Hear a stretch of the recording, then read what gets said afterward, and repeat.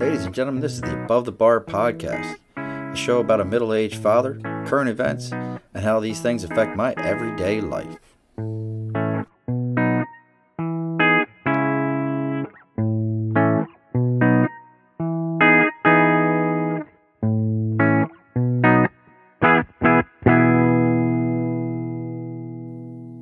Alrighty, folks, welcome to another episode of the Above the Bar podcast. This is your host, Sean.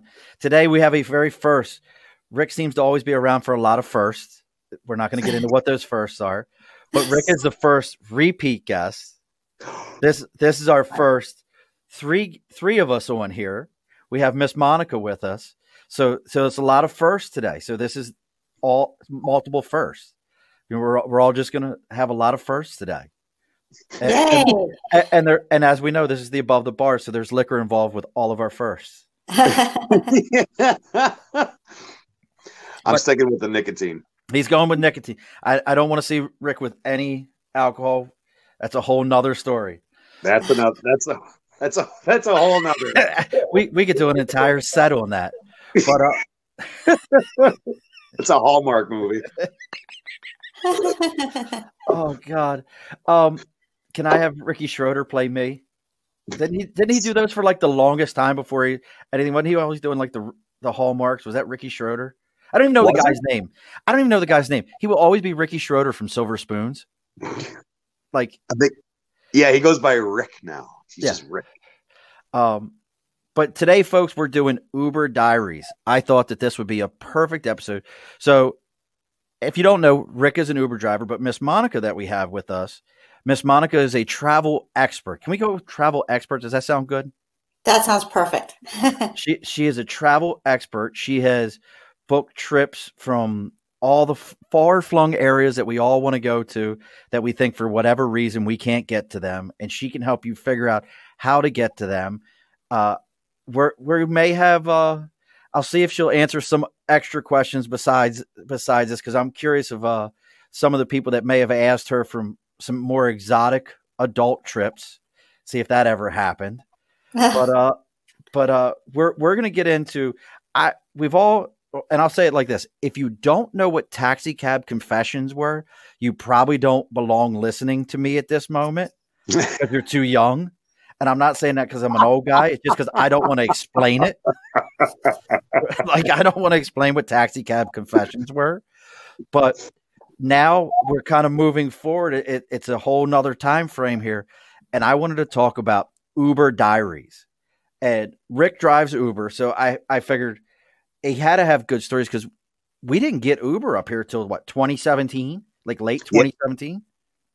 Because I remember when April and I got married, it was like I had family members at the house for the reception. They were like, well, we can't really drink. I'm like, why? They're like, you guys don't have Uber. I'm like, get a cab. They were like, yeah, like it was this whole thing. And I grew up, like, where'd you grow up at, Monica? Everywhere. Indiana, Alabama, mostly. Yeah. Are you a military brat? No, child of a divorce. So you bounced around. Yeah. So and now, where you guys, and I don't know about up here, but did you guys have gypsy cabs? In New York City, when I lived there were gypsy cabs. So you know what do you know what a gypsy cab is, Rick? You're looking at me like I have 15 heads. I was crossing my eyes for a second. So those are the people that go to the airport and they come in and ask you if you want to ride. Oh, okay. You didn't call them. They're illegal cabs, basically. Right. Had no jewel or anything like that. So, yeah. So, and I thought it was so funny when this whole Uber thing started coming around. I'm like, my parents used to tell me, don't you ever get into a gypsy cab. Like, this was like the most horrible thing because they were the sketchiest people. It was like Danny DeVito from Taxi, like coming up to you, like scratching himself, like, dude, you need a ride. Like, I got my car and my 2 kids. I would have said yes. well, that was totally different. See, again, Rick would have been like, sure. Can we share a smoke? Add me on Facebook. And folks, if you're listening to this, if you have any stories from like Uber or Lyft or even a regular taxi cab, send me messages. I'll read them on air here. but I wanted to hear like what kind of experiences you guys have had. And she's got an international story for us for a crazy taxi cab situation. But to kind of set it up, I went online and looked up like what are some things that people have said, like crazy situations. And some of these first two just made me laugh. So the first one was this woman. Her name is Elizabeth. She tweeted, "One time I got into a very full Uber pool." And if you don't know what the Uber pool is, it's like multiple people in the same Uber. Got into a very full Uber pool. And halfway through the otherwise silent ride, the driver turned around and whispered to all of us, "You're all named Elizabeth." like I'm done. I'm done at that point. You need to go ahead and pull this shit over right now. I'm out. and the other one was that I liked was obsessed with the level of confidence of the woman in my Uber pool who's on a phone call asking someone to explain why she's not invited to their wedding. Wow. Like, yeah, that wasn't a private conversation you were trying to have, huh? I mean, so like it's out there. There's the craziness. And folks, if you haven't seen, and I'll go back to Taxi Cab Confessions and then I'm going to turn this over to Rick because I know Rick's got some stories. Because for those of you who might listen to the podcast side of this, you need to see the visual because I love Rick. But if you have not visually seen Rick, he has a very red mohawk right now and looks like he could be like a middle-aged Johnny Rotten. and again, if you don't know who Johnny Rotten is, you probably again shouldn't be listening to my podcast. He looks like the kid from Cobra Kai. The younger people will know that. I haven't watched that yet. Oh, you do. Great. You do look like if that kid got older and had a bad divorce.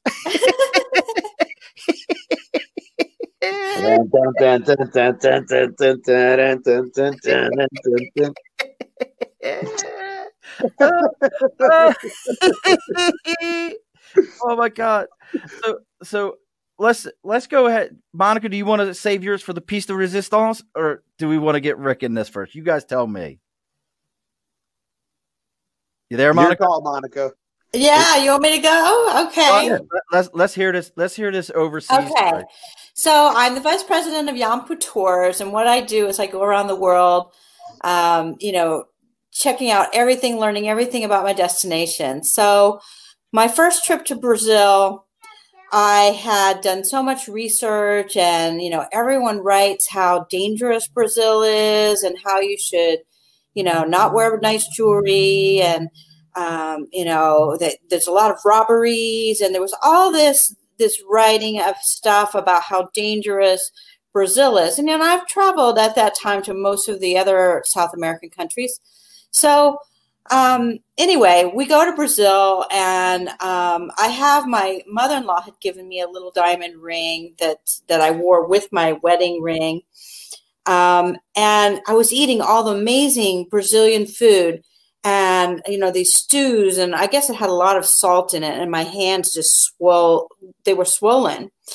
So I was in a taxi and I was playing with that ring, and it's just a simple ring, no big stones, just a simple ring. And I was playing with it, and I was kind of going up and down with my finger, and I flicked it. Okay. And it goes on the floor. So I'm looking for it. My husband's frustrated and mad. He thinks it's the one that I just bought. We had gone to a place where they sell stones, but it wasn't that one. But he's mad, and I'm looking, and his mad is just being quiet, but still. And so we're looking. It's dark, and then we pull into a gas station, and we look more. It's dark. We go to the hotel. Now the security of the hotel is looking. Everyone is looking for this ring. I go to bed. I'm depressed and sad. My husband's mad.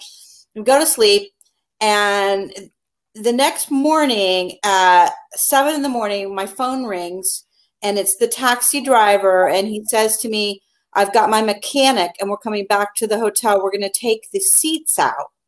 Holy shit.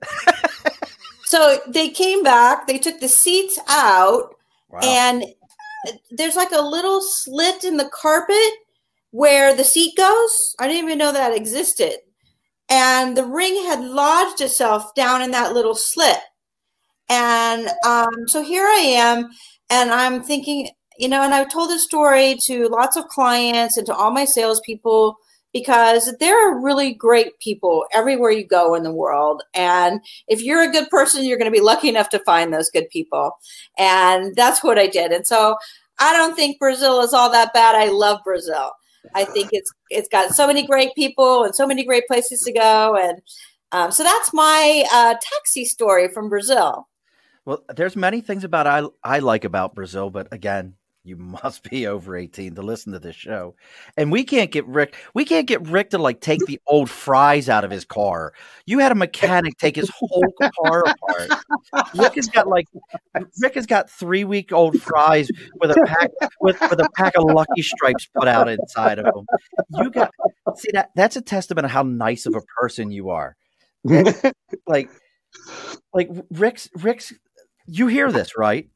I'm looking at you on the camera going, with my hands out begging you. You hear this, right? You see the hands, they're begging you. Please. This is the hands for Rick. The hot hands? The hot hands. This is for you. Please. So how long you been driving this stuff, Rick? I've been with Uber now for just about over 3 years.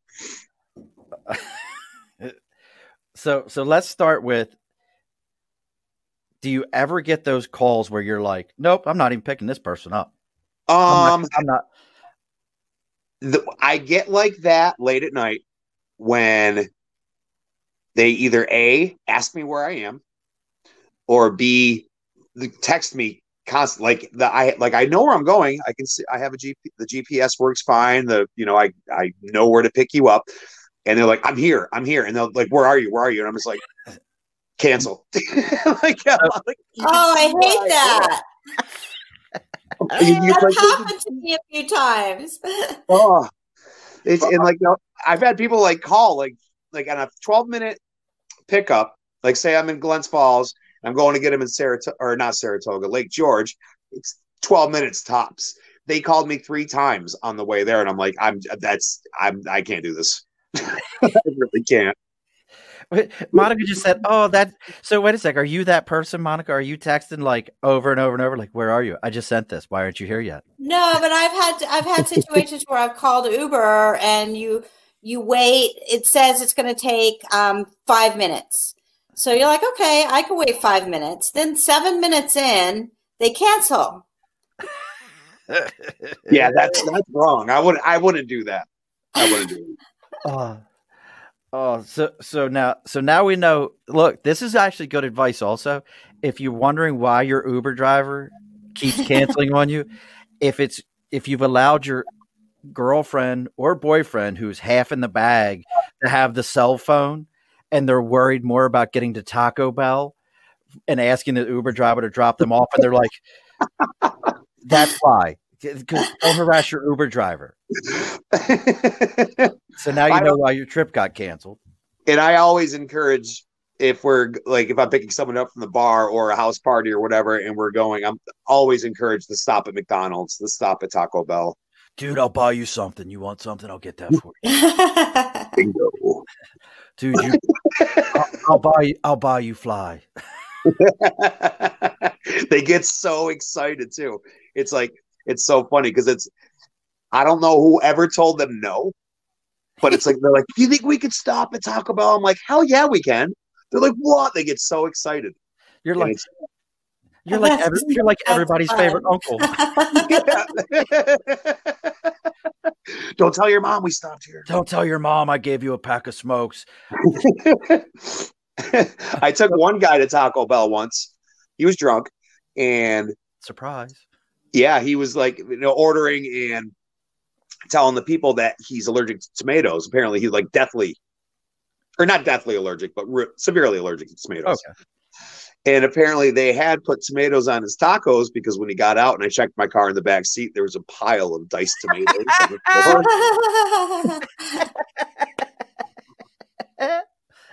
floor. So like, like, have you ever found anything like just off the wall in the back, like where you're like, what's going on here? No, I mean, I found like wallets, phones. Actually, kind of like goes along with looking in the back seat and being like, "What's that?" It goes along with finding a purse and a phone. I had a pickup in Saratoga one night. This is when the bars were fully open. This was like 2:00 in the morning, and this is my first experience, and it happened many times after this, of someone getting into an Uber and it's not their Uber. Oh shit! Oh, Yeah. no. So I started the trip and we're driving, and I get about 5 minutes down the road and I get a phone call. It always comes up as a 315 area code for Uber because they mask personal numbers. And the guy's like, where are you going? It was a guy and the girl in the back. And I'm like, I guess coming back to pick you up. And I didn't know it was winter, and I didn't want to be a dick and be like, get out of the car, because I'm like, I'll just drop you guys back off Caroline Street. But I was kind of pissed. And on the way back, you could hear noises that you used to hear, like, in the upper channels when it was all scrambled. So I'm like, these guys are not on a 5-minute trip back in a wrong Uber trying to have sex in the back seat of my car, which they were. We did have a check confession. What's easy cleanup? So I drop them off, and I found in the phone and her purse. Oh, that's so great. At least it was Caroline Street. I mean, did they get you a Doughboy while you were out there? Isn't that what it is? It's a Doughboy at the end of Caroline Street? They sell those at Stewart's now, like the Stewart's Inn on Broadway in Saratoga. They sell Doughboys. Monica, have you ever had a Doughboy? Oh, I don't know what a Doughboy is. Rick, tell her what a Doughboy is. It's like this. It's got inside of it? It's like the sauce and the chicken. And just like this, it's just, I don't. So if you it's like those Chinese rolls, like the pork buns at the Chinese restaurant. Kind of, but imagine bigger and like imagine a Stromboli ball with chicken in it. Yeah. Ooh, okay. So good. So good. Yeah, like the only place I knew of them, I didn't know Stewart's had, is at the end of Caroline Street. There's this one pizzeria that I know of that has like the best ones. And a guy who used to serve with me, we used to go to City Tavern at the end of Caroline's, and he would be like, you got to go up there. And we would go up there and we would get them. It was phenomenal. Yeah. So now I'm going to kind of shift over here to Monica for a minute, because she is our travel expert. And you can keep this to whatever level of movie you need it to be, Monica. And what I mean, we can have G, PG, the rating. Remember, we're not covered by the FCC, so keep that in mind. Okay. And I'm trying to phrase this, because for those of you that see, I spoke to Miss Monica before this show started, and she's probably one of the nicest people I've ever spoke to. And I let her come on with Rick. So I apologize, man. And welcome. I'm trying so hard, but so what's one of the trips like where you were like, have you ever had somebody say, hey, I want to set up an adult excursion? We'll go with that. Adult excursion. I like that. Where you were like, I'm not. Or were you like, okay, I'll make this happen. Have you ever had something like that? I think that we used to have some things like that happen, and we would tell them no. I specialize in boys' trips, though, adventure trips, and I try to make them as exciting and adrenaline-filled as possible, but they're still rated PG-13. PG-13, yeah. But I try to make them very like adrenaline filled, and what kind of trouble they get into on their own is their own business. And but Yeah, I've done that. And I really enjoy doing those men's trips because they just love to push the envelope, and I have to get really creative and to get things that they've never done before. So yeah, but naughty, no, I don't do naughty. I was so curious, like, because in my mind, I'm like, shit, like travel agent, like, I mean, I wonder, like, you gotta want, like, well, do you? I had to wonder. You know, I was out there. That was one that I was curious of. Was did you ever run into a situation where somebody was like, Now, Rick? Have you ever gotten into had an Uber passenger that you were like, oh shit, it's you? No, because I got. I gotta read really. I'm like all of my I haven't really had. I've had like maybe one or two riders that really stood out as being just complete dicks. Everyone that I've ever Ubered, they either don't talk or they're very talkative, and it's usually they don't, like 25% maybe. That's kind of highballing it too. Don't want to talk, and I'll talk your ear off. I love talking to people. So. Oh, look, this is what. If you didn't know, Miss Monica, like. And I hope you understand, like, the Miss Monica. Just because I love your name is Monica, and I think Miss Monica just sounds so great. If you don't like it, tell me. Just Monica. It's good. It's good. Because I think it sounds great. But I lost my train of thought. Fuck it. Back to the Buffalo Trace for a moment here. But I had to read this one. So this one is great. One time I got into my Uber pool and my ex was in the back seat. And then somebody responded, the fact that the stars fucking aligned and gave me my ex as the Uber driver, no damn reason. Like, I couldn't even. Like, what do you do in that situation where all of a sudden you're like, I don't know what I would do. Like, first off, I'd never Uber pool. Like, I don't even. Oh, that's like taking a cab. Right. Like, yeah, like just go get in a stupid cab at that point. Like, the Uber pool thing doesn't register to me. Like, I'm like, why would you even waste your time? Get a cab if you're going to do that. And yeah, like, Uber's cheap as it is. Like, what kind of a cheap bastard are you that, like, I can't take this $6 ride. I'm going to need somebody else with me. Let's go ahead and cut this to 3. Hopefully my ex will be in the back. Right. Oh God, I couldn't imagine. Oh, I couldn't even begin to imagine what it would be like if all of a sudden I jumped into an Uber and, like, one of my exes was driving. Like I think they would probably, like, I feel like they would sideswipe into like a phone pole or something just to do me wrong. Lock the doors, lock. Right. Like, oh, that's funny. Remember when you used to have control of the remote all the time? Yeah. Put the child lock on the back. Right. That would be my luck. Do you ever lock the child? Oh, Rick, please. Next time you're driving Uber tomorrow, please lock the child lock on somebody. I had someone ask me once if I was a serial killer. What? No. Yeah. I told him, I said, you're not going to find out until it's too late, so just enjoy the ride.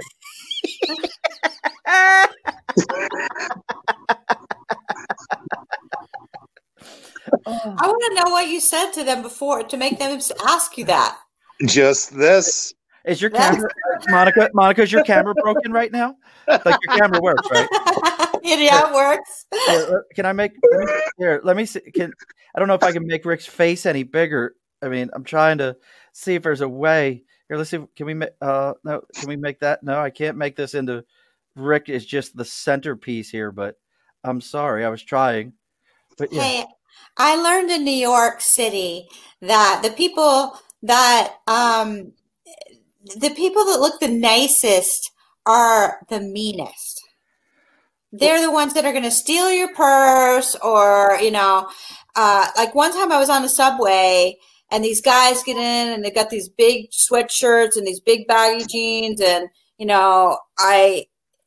I was like concerned. And then a pregnant woman got on the train, and those kids that I was afraid of were the ones that let the pregnant lady sit down. And it was the Wall Street guys reading their, newspaper that didn't even flinch and let that poor pregnant lady stand up, So looks don't mean anything.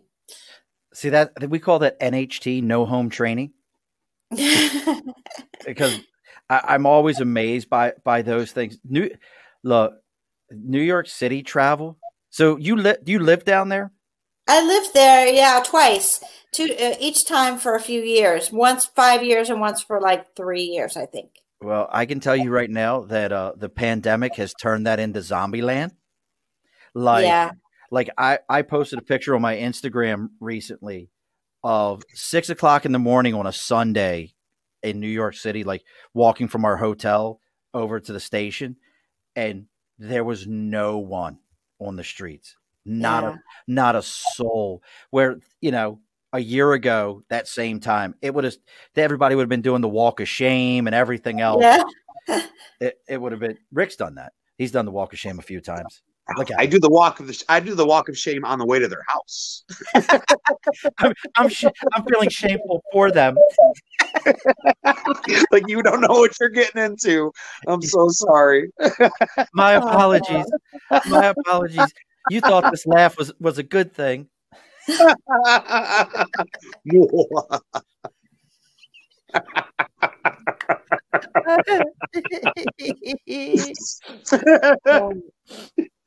I'd call myself an Uber, then I just drive myself home.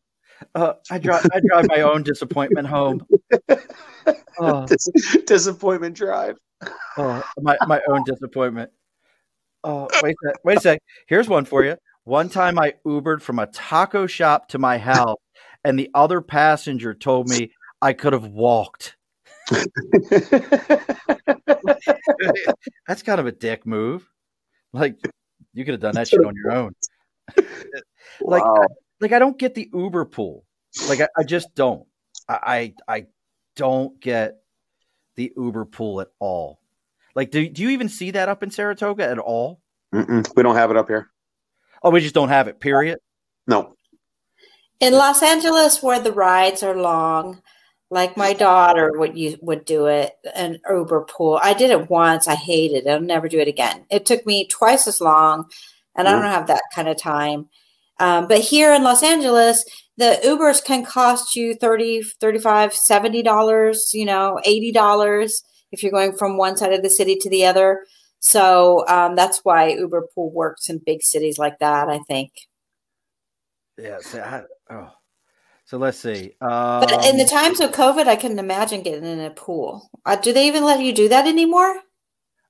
I don't know. Like, I imagine probably with COVID, it's probably not a thing, but yeah. I'm just scrolling through all the different stories. This one's great. Friend left her purse in an Uber on New Year's Eve. Found some interesting pictures on her phone when she retrieved it the following day. Can we see this? Can you see that? Like, I'm trying to. Maybe a swimming pool? No. So the person took the purse and took modeling shots with the purse, like with teddy bears. Like, I don't get it. That's funny.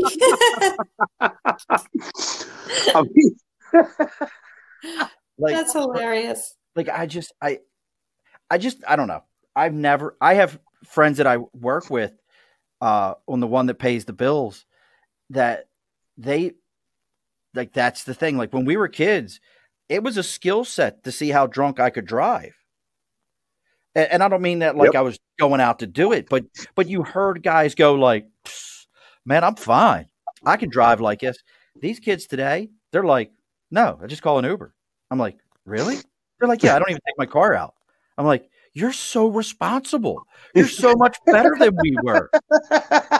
He used to drive over lawns like it was nothing. Right. Like, I had a guy that talk about We're going to slide from Uber to drunk driving for a moment. It was not me. I've never had a DUI. I'm very against it. Think it's horrible. All the above. No, big no. But I had a guy that worked for me that put a car on top of a telephone pole, like split a telephone pole, I should say, while drunk driving. Did he live in Hazard County? Did not live in Hazard County. Was not a Duke boy. But he was probably as big around as Daisy was. But today, kids, like, I think Uber and all, they're great. I mean, because they are gypsy cabs. They're paid. I don't care what anyone says, but it's just so funny to me that today, like, you would never hear that. Like, no, I'll just get an Uber. I'll get an Uber. And it seems like everybody, like out of your peer group, not including me, because I don't know. Are we peers, Rick? Let's talk about this. Can we have a socially comfortable moment? Just a moment, just you and I, Rick. We'll just discuss it like this. Just get a little close to the microphone and we'll just talk like it's an ASR for a moment.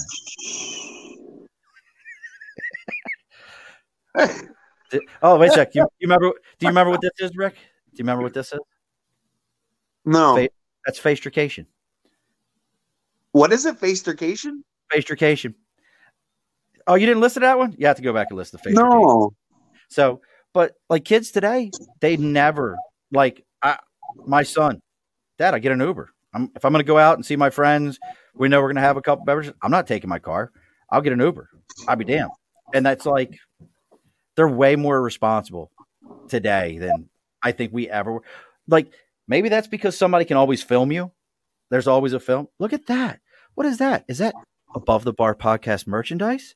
Oh my goodness. You too could have Above the Bar podcast merchandise. Shameless plug. But no, like kids today, like, would never. So have you ever kicked anyone out of your car, Rick? I need to know if you. No, I haven't had to do that yet, but we can do that. Like, what would it take for those of you that don't know, if you ever want to see Rick, you can find him on Facebook and just wait, and he'll play music for you, and might be at a it's the Loser or something. What's the band? Oh, the Idiots. The Idiots, not the Losers. That's a different band. I have the Idiots and Tin Cup Radicals. So if you ever want to see Rick play music, he is phenomenal. He's the only man that my wife listens to play music that I don't get uncomfortable about. When Michael Bublé plays, my wife, April. She is watching. I can always rely on, if I have one viewer, it's my wife, because she does sometimes love me. So from afar via the internet. Right, from afar via the internet, upstairs while I'm in the basement, she does still love me. I hate you, Rick. I hate you. It's your new hit single right there. Oh. Look, don't start that. What you can't see right now directly. And I don't. Can I? Let's see. Hold on. Let's see if we can do this. Do it.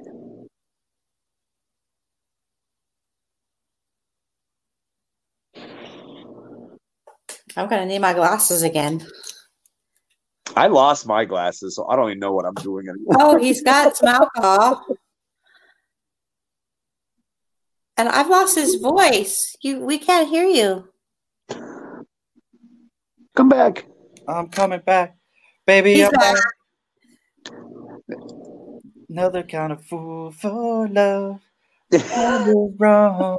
I just can't live without you. I'm sorry, I had a moment there. You're guaranteed to get a moment from me at some point. Yes. And I got to get my audio back. That's why I never move my computer. Is I've got mental. Lost your audio. See, I have these like ridiculously temperamental cords attached to my computer that I want to replace so badly. I can't even begin to explain to you. I know my audio just went from sounding good to sounding like shit for a moment. Can you hear me at all? Can you hear We me? could hear you. Yeah. And now, yeah. Am I here? Am I there? Am I Yes. here? I'm there. I'm here. You're everywhere. I'm everywhere. Oh. No, but my cat's passed out on the bar right now. So what would it take for Rick to boot someone out of the cab? Like I'm curious, like what would it take for Rick to, because we already know what would take Monica to not book a trip for you. Now I need to know what it would take for Rick to not let you, like, you're done, get out. They'd have like, because I get put up with a lot.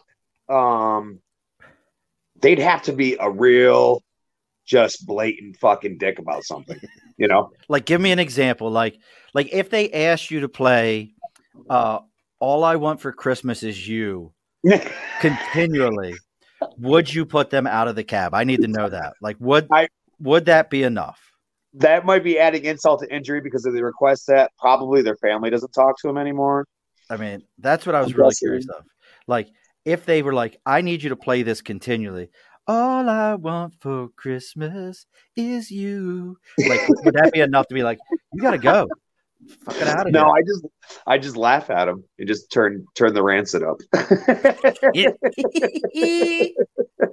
What? Now that goes into another, like, have you ever had any crazy requests, like in the cab where not like going to get food or something like that, where somebody was like, look, don't look at the bag I just put in the trunk of your car. I know it's just a rolled up carpet. Don't worry about it. We're just going to the Saratoga, like over by the gorge. We need to go to the gorge. Don't worry about it. Like, have you ever had anything like that? I've never. Hang on, I'm an idiot and forgot to charge my phone. I got to plug it in. I've never had anything like that, but I know a friend of mine who is an Uber driver had a trip to Connecticut from Albany. Holy shit!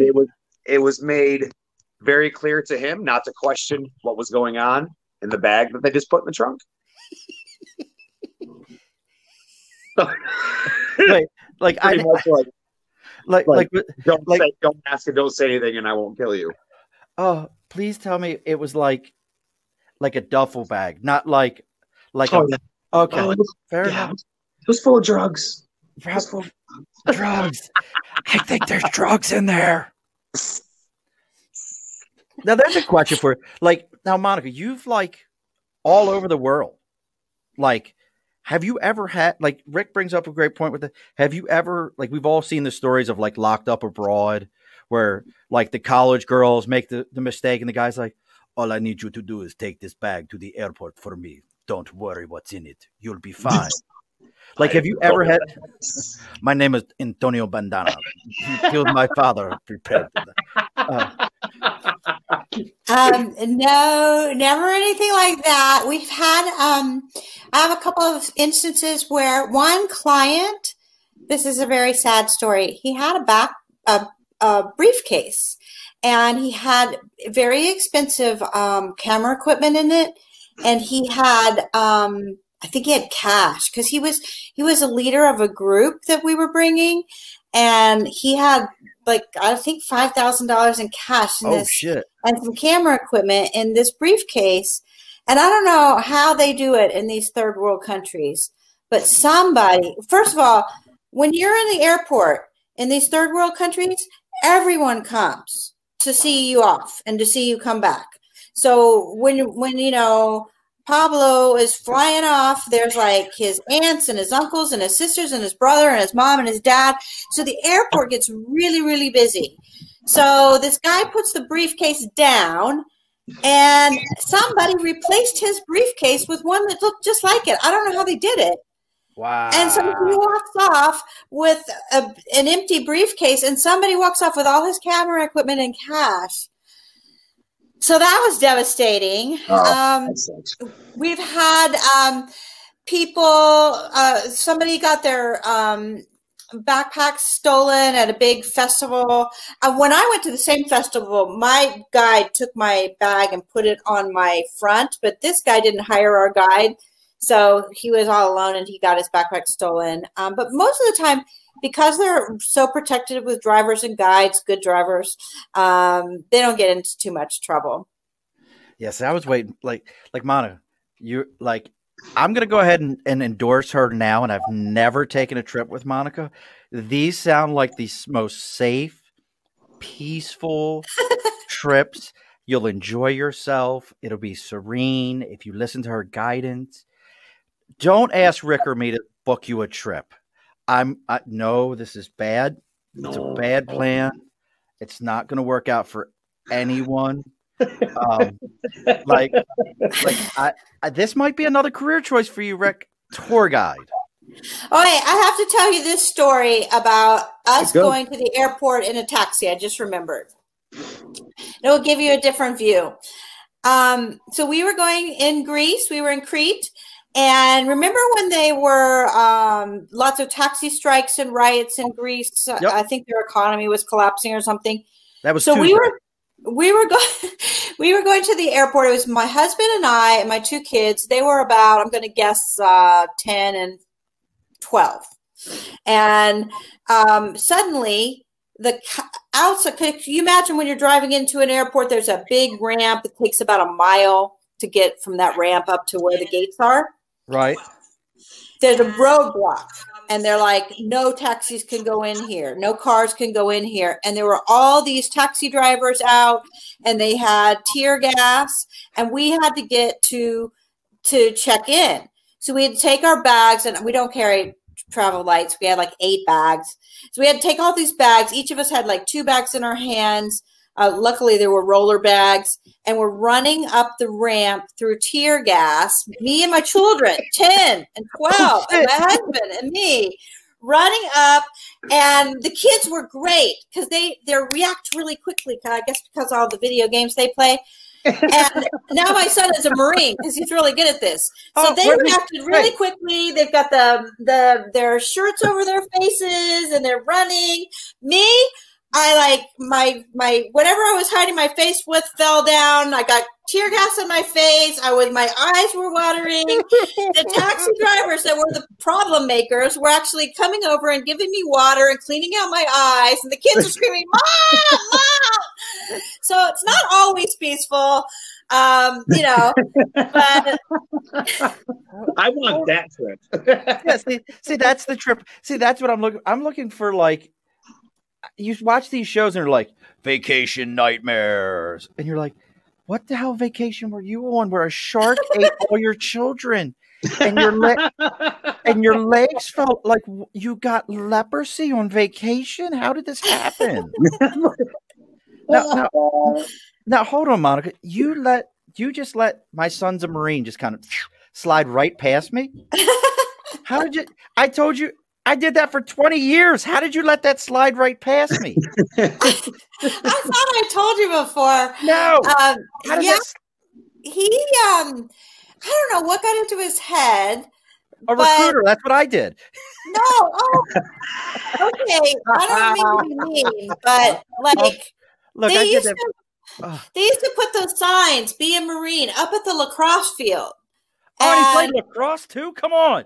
Oh my God. My kids played lacrosse. He was a ski racer. He played lacrosse, but he just loved the Marines. I couldn't get it out of his head. I tried everything, and I even said, like, you're not allowed to go and enlist. You have to go to college. So we got him into Norwich. He got a grant and everything. Wow. That's a great because he did school. their camp and he did really well. So they gave him money to go to Norwich, and he just he just wanted to be a Marine. So he quit after 6 months. He said, if I'm going to be tortured as a rook, I'm going to do it in the Marines. So he went to Afghanistan, and they really love him there. He's real strong. Oh, well, this one's for him. Yeah. So, yeah. Where's he stationed at now? So he's in North Carolina. The land of milk and honey. So were you a Marine? Monica, I was a gunnery sergeant in the Marine Corps. I spent 20 years. I'm wondering if one of my real close friends, he might be still listening. I can't tell because he hasn't messaged me. Bill, he was a Marine. You probably had about at least another 5 to 10 Marines at some point in time watching this because of all my friends. But yeah, I did it for 20 years. And I was the guy that you didn't want to come to your house to talk to your baby. That was you? That was me. Hey, Hey, let me tell you how what mom and dad told you for 18 years is a bunch of BS. I got 2 hours to change your mind. Well, Oh, yeah. he had a really easy job with my son. My son's name is Pablo. Yeah, and he's a gunner, I think, a gunner. So he's in the infantry? Yeah, that's where he wanted to go. Well, see, I used to tell this story to people all the time. And it's funny because I was just talking with somebody the other day who was a recruiter for the Navy or the Air Force or something. And I used to tell people, they were like, oh, the Army's like a really big competition for you recruiting. I said, no, not at all. Most kids that walk in my office, if you've walked in my office, you want nothing to do with the Army. You want nothing to do with the Navy. You want to be either a Marine or you want to join the Air Force. Because in your mindset, either I'm going to join the Air Force and they're going to teach me how to be an astronaut and like I'm going to lay hands on machines and I'm going to make $1 million. And there's this crazy notion that they make more than any of the other branches of service. Public service announcement, folks. All branches of service make the exact same amount of money. Nobody would join any other branch of service if one made more than the other. But people believe this stuff. Or you wanted to join the Marine Corps because you thought I was going to teach you how to kill people with your thumb. That was like, I'm like, this was the whole entire thing was you had to be at one extreme or the other. Like, I'm going to be a super genius or I'm going to learn how to murder people with my thumb. That's my choices. That's why.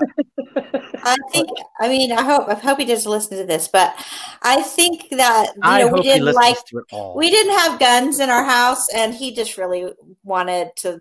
I don't know. He loves those guns. He loves everything about them, and I should have taken him out hunting when he was 12 or something.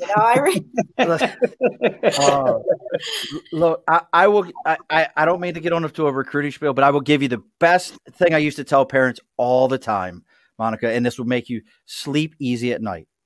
He's not in college running around, drinking, being unsupervised, doing things he's not supposed to. He's going to get a check on the 1st and the 15th. He has medical coverage, and he has adult supervision at all times. And if he screws up, trust me, somebody will ground him. How much better does it get? I think he has more money than I do right now. I mean, as a parent, I couldn't ask for more. I don't want my kids to go to college. I don't want you to have $140,000 in debt with a $20 an hour job. I mean, give me a break. Look at Rick. This could also be your future, kids. Look, that's this. Oh no! Oh shit! Shit! She said, "Oh no!" No, trust me, I say, "Oh no" every day. I love it. Again. Oh God, again. But so it's it's interesting. Like all the differences. Like I don't like. Now, if I wanted to just like specifically ask for you, Rick, could I ask for you as my Uber driver? Is that like a thing? No, you can't. You can't ask for specific drivers. It's whoever's closest and available to the ping will get the ride. But I can ask for Monica specifically to get me a trip somewhere, can I? Yes, you can. And how am I going to do that, Monica? Tell me again how I can get Monica to make sure that I have an adrenaline-filled trip full of vigor that is still PG-13. All you have to do is go to my website, yampu.com. Spell it. And it's Y-A-M like Mary, P like Pablo, U like umbrella, yampu.com. What is a yampu? Yampu is a raft. There was a book by Thor Heyerdahl about a raft that went from Easter Island to Peru. And they were trying to prove that those two cultures are related. And the book was called Kontiki, and our original name of our company was Kontiki. But there were a lot of Kontikis around, and people were getting confused. So we wanted to kind of stay with the same theme. So Yampu is the Quechua name for that raft. And Quechua is a group of people that live in the Andes of Peru and Bolivia. Oh, you said, now have you been to the Andes?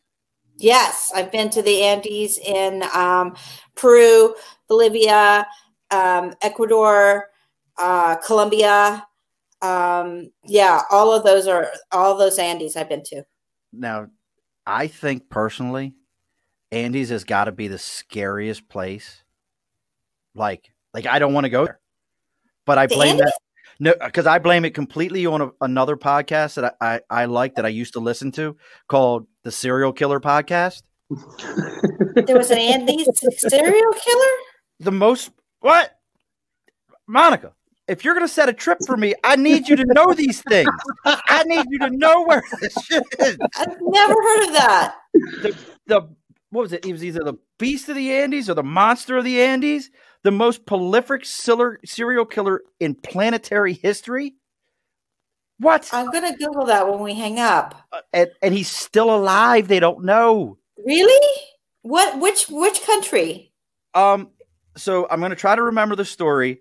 If one of my coworkers was around, she would remember it better. So basically, I think he started off in Colombia, and what's north of Colombia? Well, Colombia, north of Colombia is Panama. So then maybe he ended up in Colombia, but he was over in that section over there where they meet. And like, I'm not going to get into it because you have to listen to the Serial Killer Podcast. I will promote him. He sounds like Count Dracula when he talks. Eobard Thune from Scandinavia. Oh, look, Rick, like this dude's voice is straight up Count Dracula. Yeah. What is it about these Scandinavian people? There's a Scandinavian writer that wrote a book that's so twisted. You got 6 months of darkness. What the hell else you going to do? Snake tattoo. Like it's dark for 6 months. I would be a miserable bastard too. They have lamps there that like just put off UV light so that you can like feel better. But yeah, so this Beast of the Andes, like I think they said like it was either 399 or 600 people somewhere in there that he killed, and like not like one of these ones where he was like, yeah, I think no, like he's taking them to bodies because he was up in the Andes killing young girls in the Andes mountains, and finally the tribes caught him, and it was always like the same situation. Like somebody would catch him, they were getting ready to kill him, and then an American missionary or something would show up and be like, no, let's show you how justice works. No, that's not how this works. And they would put him off in jail, but something to do with whatever was the final country that caught him. Their laws say that you can only be in jail for 16 years for murder. No matter how many murders, it's 16 years. That's their rule.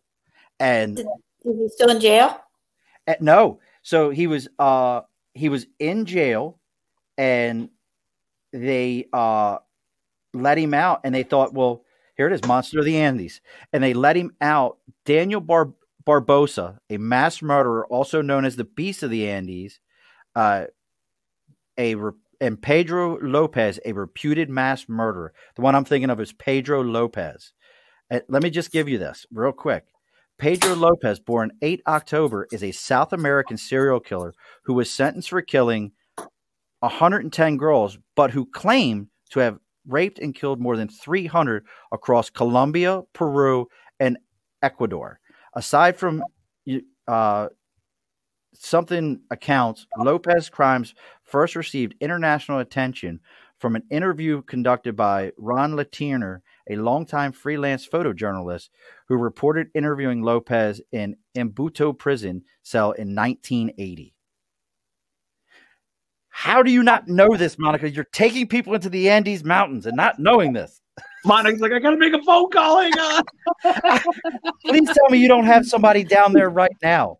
But no, like seriously, like, and when they finally released him, because of the way their laws were, they didn't have a death penalty, and they thought when they moved him to Colombia that they had taken care of it, but they ended up realizing that he just walked back into the Andes Mountains. They don't know if a tribe got him. They don't know if a local drug lord or crime family just dealt with it because of how horrific it was. They don't know anything. He just disappeared off the face of the earth.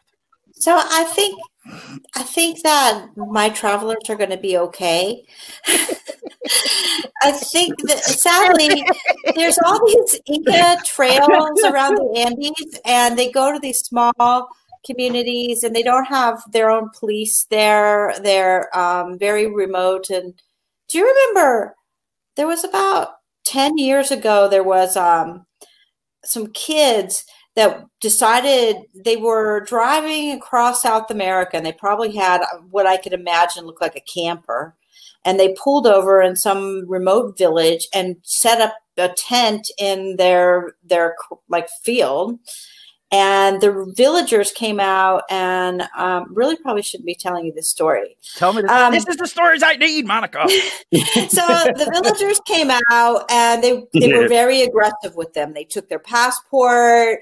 And I remember Matt Lauer was a thing still back then. And he was interviewing and I was so upset because, yes, the villagers, they don't have police. They threw rocks at them because if you look at it from their perspective, you can't go over to the Microsoft, Matt Lauer's house in the Hamptons and put down a tent on his yard. You'd have some security officers kicking you out too, So yeah, they came down and they had rocks and they took their passports and they were really angry because to them, somebody with a tent and a camper, this is gypsy kind of behavior, it's only in America where that's a luxury, but they're remote villages and they have to police themselves, because they can't just call the sheriff's department and have somebody there in 2 minutes, So I remember I was on the side of the villagers because I was just kind of like, how arrogant of them to just set up a tent in somebody's village, Matt Lauer would just lock the door with a button. He has a button to lock everything. I was going to say, so we shouldn't be camping on Matt Lauer's lawn. Don't camp on Matt Lauer's lawn and don't go to some Indian village and put down your tent, But yeah, if you're Pedro Lopez, I don't know. I just ruined the entire Andes for you, Monica. I'm so sorry for that. No, you can't ruin the Andes for me. I've never heard that story, and I'm sure there's lots of sad stories that I don't hear. I don't want to be like Debbie Downer, but like I try to help the people in the Andes. I bring them things and try to get to know them, and send my clients to buy stuff from them, and I have a really good relationship with the people of the Andes, and it's a special place for me. Well, we're gonna get ready to tie this up. I do have to say, I really thought my best friend's husband was gonna send one of his Uber stories in because Jeff's the guy who, like, on the other side of all this Uber conversation, as I wrap all this up, like, Uber drivers show up and he looks at their cars and goes, "Goodbye." I'm not getting in that. Like, he's the other side of it. Like, no. Go away. Yeah, I'm not getting in that. Like, he has standards. I don't blame him. Like, if you're going to pay for it, might as well. Well, he's told me some of the stuff it's showed up, and I'm like, yeah, no, man, I'm with you. But he's the guy who goes, no, that's got to go. Like, he knows, like, the standards, like, hey, Uber is supposed to be this kind of car from this, or like from this year on, this, like, all that stuff. He's like, no, you go, goodbye. I know a couple of guys who are doing Uber Eats, and they pay you more if you use your bicycle for Uber Eats. But they were doing Uber Eats saying they were on their bikes and they were doing it from their cars. Real slow. That's so funny. Was like, how are you doing 45 on your bicycle? I would be so mad. No, hold on. Like, on the other side of that, if I'm the guy ordering food and it pops up on my Uber Eats that this kid's on a 10 speed to bring me my food that's supposed to be hot, I'm gonna be fired up. I'm gonna be like, no. Like, you need to go get a car or a bus pass or something, kid. Like, yeah, this is not acceptable.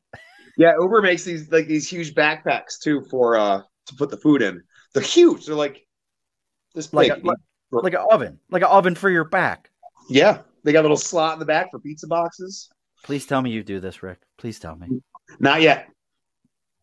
Rick, it is in my cart, though. I have it in my cart. I have a bike that I don't use. I will give you this fucking bike. I will give you this fucking bike to watch you deliver Uber Eats around Saratoga. I'm saying I'm recording this whole thing of you like throwing sandwiches at people's doors and shit like that, like the old video game Paperboy. Like I need this. Like the chains rusty on the bike, everything. Throwing burritos over my shoulder. Rick, if you haven't figured it out, Monica, Rick is my Steve-O. Like there's a plan. He's my Steve-O. Like, this is what we're gonna do. Got it, I'll do it. I don't care. That's funny. So all right, Miss Monica, we're gonna wrap this up. We're gonna get this all together. If you look across the bottom of the screen, you should have seen it a few times, folks. We put some of the contact information. We have Monica's Instagram. We're gonna have to find each other on Instagram.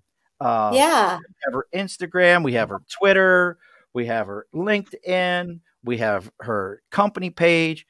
If you're looking for a vacation, looking to set up a vacation, I know Rick and I can be a couple of jackasses 9 out of 10 times, but reach out to her, contact her. It'll be a great time. She'll set you up a trip. I will be honest, I stalked through all your pictures. I saw some amazing pictures. And one of the things that stuck out to me was the group shots that you took. We're not talking like onesie twosies. We're talking 7, 10 people at a time, getting out on these trips, having a good time. You could tell these weren't like staged photos. And where she mentions the guides, they were in the pictures that I was looking at. It was all there. I saw that you set up like the spiritual trips. If somebody was looking to like more of a spiritual kind of walkabout kind of journey thing or whatever you want to call it, like you were setting. Oh, I love those.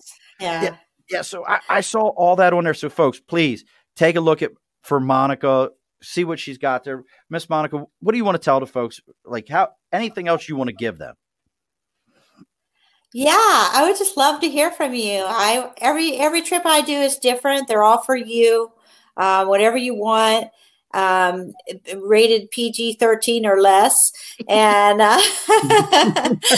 we'll do. But that doesn't mean they're not fun. They're going to be fun. Lots of adrenaline, spiritual, nature, birds, animals, elephants, whatever you want.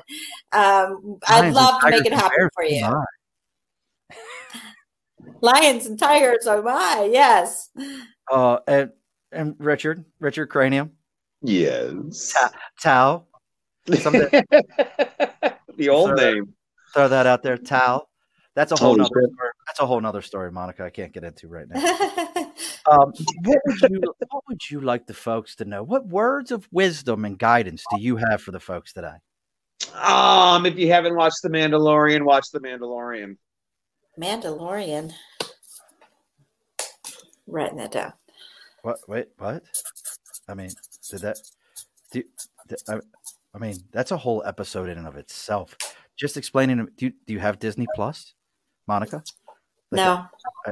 Monica, I don't care if you have to pirate the show. You need to go watch that. Okay. I'm concerned right now. You got to plan yourself a trip to Skywalker Ranch. Oh, yeah. No, you know where I want to go? Now, look, I want to go to the new Star Wars in Disney. Have you seen the pictures of that? Galaxy's Edge. Dude, that looks badass. If you're going, I'm going with you. Yeah, well, we got the RV. Look, you're probably one of the few people that April would be like, sure, as long as he brings his guitar. April, are you listening? Let's see. I got one viewer. I don't know if my wife's listening. It's always right there. See that? It's right there. Yes, The Mandalorian. You have we need to do it. I wonder if I can get my buddy Tom to come on and we could do it in Mandalorian because there was. Oh, see, you got me fucking had to say Mandalorian, son of a bitch. There's so much. There's so much that I could go into because there's grenade. It is. It really is. It's like a social grenade that you roll into a room, and there was so much. I'll just say this: I never knew Boba Fett wasn't a Mandalorian. That to me was what? That makes no sense. Does any of this mean anything to you, Monica? I need to know that. No, you're speaking Chinese to me. April, would you be willing to come around? No, she said no, but Rick wanted to know if he could go. Well, I don't mind if you don't. We got to do the heart.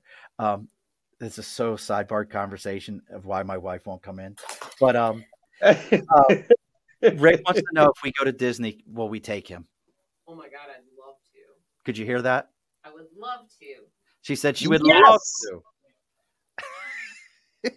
Wait, does he have to go in a double stroller with you guys? Do you need to be in a double stroller with the 3-year-old? That's what we need to know. Do I need to be or do I want to be? He said need or want. He's a walker, right? You are a walker, like you are capable of walking. She needs to know these things. These Capable, yes. I'll bring the stroller, the double stroller. Hold on. Say it again, Rick. Do I need to or do I want to walk? See, she won't come in the camera. She's in her PJs already, so she's not really going to come in the camera here. But oh God, that would be an adventure. God, that'd be so cool. Oh, see, this is what happens in most of my shows, Monica, is I'm ready to end it and someone rolls a social grenade into the room. I'm on to something completely else. People come back around like, what is this guy still doing listening here? But so yes, go watch The Mandalorian. We'll be waiting for your report. You can send us a message. We'll wait for your report on the Above the Bar podcast Facebook page. Or you can tag us in. We'll find each other on Instagram. Okay. And then we'll get Monica's take. Now, the perfect because you're not a Star Wars person, it seems like, because you didn't know what Mandalorian was. So we can get you on there and talking about like what was your take as someone who knows nothing about it. I love it. I watched all the Star Wars, but I just don't remember. I guess I was younger. Well, you're only 21. How much younger could you have been? I mean, come on now. So there's a whole movie called Mandalorian. A whole TV series. It's 2 seasons. Oh, Yep. It's a season. Oh, okay. I've been too busy watching Cobra Kai, so. I can't fault you there. I haven't got into Cobra Kai. I've watched the first 2 seasons of that, but I'm on Sabrina right now, so I have to finish Sabrina. Okay. And they just had like the greatest tie-in the other day with the original TV series. Oh, yeah? Where like one of the Sabrinas goes to another alternate world and the 2 women who played the aunts in the original series on TV showed up. And it was nice. Like, oh, this is so great. Like, it was like, oh, it's perfect. Like, I didn't even see it coming. So, folks. Nods like that are the best. They're so. I love stuff like that. So, folks, if you want to follow us on Instagram, please do. Please come find us on Instagram at Above the Bar Podcast.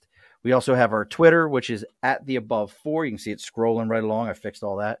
The email, if you want to email us any questions, if you're looking for ways, if for some reason you didn't pay attention to the spelling of Yampu, which is YAMPU, if you didn't pay attention to that, look, I even spelled it one more time for you. You want me to send that to you, please let me know. You can email me at the Above the Bar Podcast. Also, we got our merch line. I'm going to bring this up again. Sooner or later, somebody other than me will buy my shirts. Somebody other than me will buy my shirts. We have our merch line at TeePublic. Just look up the Above the Bar Podcast on TeePublic. Whoever buys a shirt or some form of merchandise, take some pictures with you out in public and tag it with the hashtag the Above the Bar Podcast.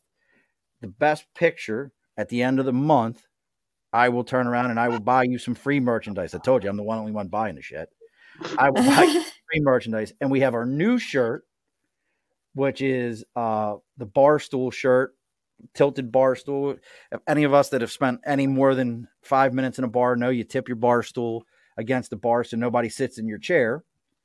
So we have the tilted bar stool that was put together by one of my longest friends, Pat Quinn.